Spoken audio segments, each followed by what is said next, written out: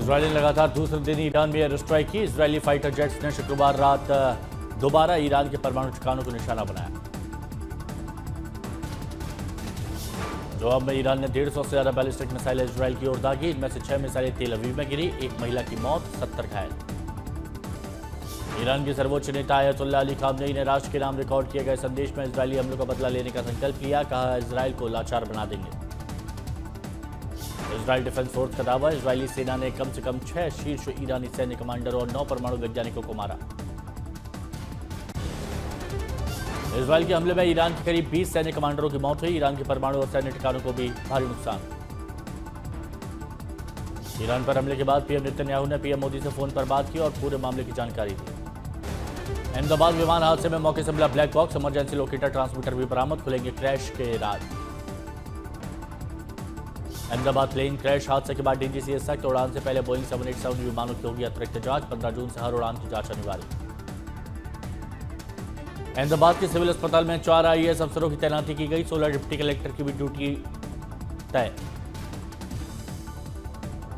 अहमदाबाद में पीएम मोदी ने मौके पर लिया विमान हादसे का जायजा। अस्पताल में घायलों से मुलाकात की, फिर एयरपोर्ट पर हालात की समीक्षा ली। अहमदाबाद में प्रधानमंत्री मोदी ने दिवंगत बीजेपी नेता विजय रूपाणी के परिवार से की मुलाकात। विमान हादसे में गुजरात के पूर्व सीएम ने गंवाई जान, पीएम ने व्यक्त की संवेदना।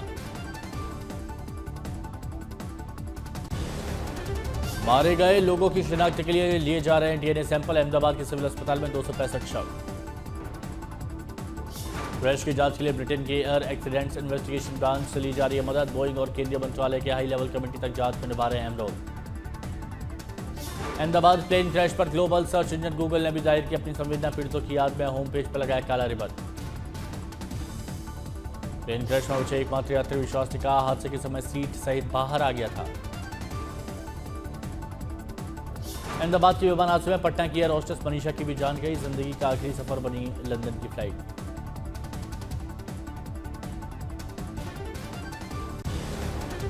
टाटा सन्स के चेयरमैन नटराजन चंद्रशेखर ने कहा, अहमदाबाद में हुआ एयर इंडिया विमान हादसा समझ से परे है। अहमदाबाद विमान हादसे पर आईएमए ने जताया शोक, घायलों के इलाज की मेडिकल टीम। विमान दुर्घटना पर केंद्रीय मंत्री रामदास आठवले ने जताया शोक। कहा, 241 लोगों के साथ विमान में विजय रूपाणी भी मौजूद थे। श्रद्धांजलि देता हूं सभी को। पुणे में एनसीपी शरद गुट की सांसद सुप्रिया सुले ने विमान दुर्घटना पर कहा, संपूर्ण परिवहन को लेकर बहुत चिंता है। इस मुद्दे पर संसद में जरूर करूंगी चर्चा। तृणमूल कांग्रेस सांसद शत्रुघ्न सिन्हा ने अहमदाबाद विमान हादसे पर अपनी प्रतिक्रिया दी। कहा, हादसा बेहद दुखद, पीएम का घटनास्थल पर जाना सराहनीय। प्लेन हादसे में श्रद्धांजलि देने के लिए अहमदाबाद के अलग अलग इलाकों में लगाए गए पोस्टर में लिखा, हौसला रखना अहमदाबाद, ये शहर आज उतना ही टूटा हुआ है जितना ये विमान। अहमदाबाद में स्कूली बच्चों ने प्लेन क्रैश हादसे को लेकर श्रद्धांजलि दी। इतनी शक्ति हमें देना दाता गाना गाकर दिवंगत आत्माओं को शांति की कामना की। अहमदाबाद प्लेन क्रैश हादसे को लेकर प्रयागराज में मेडिकल स्टूडेंट ने की शोक सभा। हादसे के शिकार नागरिकों और डॉक्टर्स के लिए candle march. King George medical university के छात्रों की शोक सभा। विमान हादसे में जान गंवाने वालों को भावपूर्ण श्रद्धांजलि। एयर इंडिया विमान दुर्घटना में शिकार हुए यात्रियों के लिए गंगा नदी पर प्रार्थना हुई। गंगा में पुष्प प्रवाहित कर श्रद्धांजलि। हावेरी में एक स्कूल में 500 से अधिक बच्चे अहमदाबाद प्लेन क्रैश को लेकर श्रद्धांजलि दी। मोमबत्ती जलाकर शांति की कामना की। अहमदाबाद प्लेन हादसे में कई बेजुबान भी घायल। युवाओं की एक संस्थान इनकी मदद के लिए आगे आई।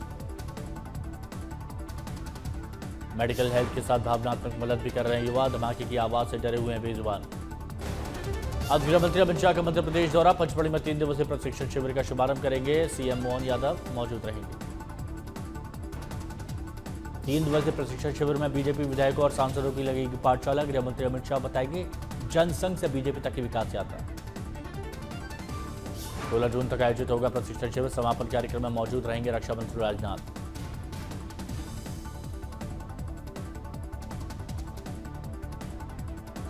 अमित शाह के शिविर में शामिल होने के लिए पंचमढ़ी पहुंच रहे हैं बीजेपी सांसद विधायक। मोबाइल फोन इस्तेमाल करने की नहीं है अनुमति। ओम प्रकाश राजभर ने अखिलेश पर साधा निशाना। कहा, जिन्होंने साथ दिया उनको ही बाहर का रास्ता दिखाया। मुंबई में मानसून हुआ मेहरबान। झमाझम बारिश से लोगों को राहत। बांद्रा वर्ली में बारिश का लुत्फ उठाते थे लोग। मानसून की वापसी से मुंबई वासियों के चेहरे खिल गए, शहर के कुछ हिस्सों में जलभराव। तमिलनाडु के नागपट्टिनम में तेज हवाएं, गरज और बिजली के साथ भारी बारिश, कई इलाकों में उखड़े पेड़, भारी बारिश से जनजीवन प्रभावित, लगातार बारिश से यातायात पर भी असर। उत्तराखंड के नैनीताल में कई हिस्सों में भारी बारिश, लोगों को गर्मी से मिली राहत, भारी बारिश से कई इलाकों में भरा पानी, नदियों का जलस्तर बढ़ गया। पटना में प्रचंड गर्मी से बेहाल हुए लोग पेय पदार्थों के साथ नारियल पानी का इस्तेमाल कर रहे हैं। हिमाचल प्रदेश में बदला मौसम का मिजाज, शिमला में झमाझम बारिश से मौसम खुशनुमा। मैदानी हिस्से में भीषण गर्मी से बेहाल हुए लोग पहुंच रहे शिमला, बारिश को उठा रहे आनंद। धर्मशाला में तेज आंधी के साथ भारी बारिश, काले बादलों से घिरी पहाड़ी चोटियां। हरिद्वार में गरज के साथ बरसे बादल, मूसलाधार बारिश से तापमान में गिरावट। तेज हवा के साथ घंटों हुई बारिश से लोगों को मिली राहत, मौसम सुहाना हो गया। बाना में रेप के बाद बच्ची को मृत समझकर आइस बॉक्स में रखकर जंगल में फेंका, गुस्साए लोगों ने की बुलडोजर कार्रवाई की मांग। जम्मू कश्मीर के रियासी में जंगल में भीषण आग, मौके पर दमकल की गाड़ियां। औरंगाबाद में अज्ञात अपराधियों ने एक नाबालिग की गोली मारकर हत्या की, गुस्साए लोगों ने हंगामा किया।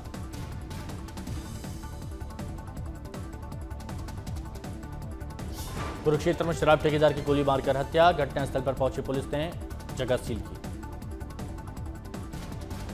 ग्वालियर में दीवार गिरने से 3 लोगों की मौत, 5 घायल।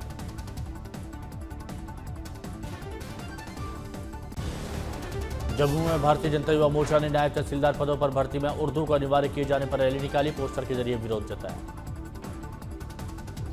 मोतिहारी में वायरल वीडियो में एक महिला दरोगा ने की युवक की पिटाई, वीडियो सामने आया।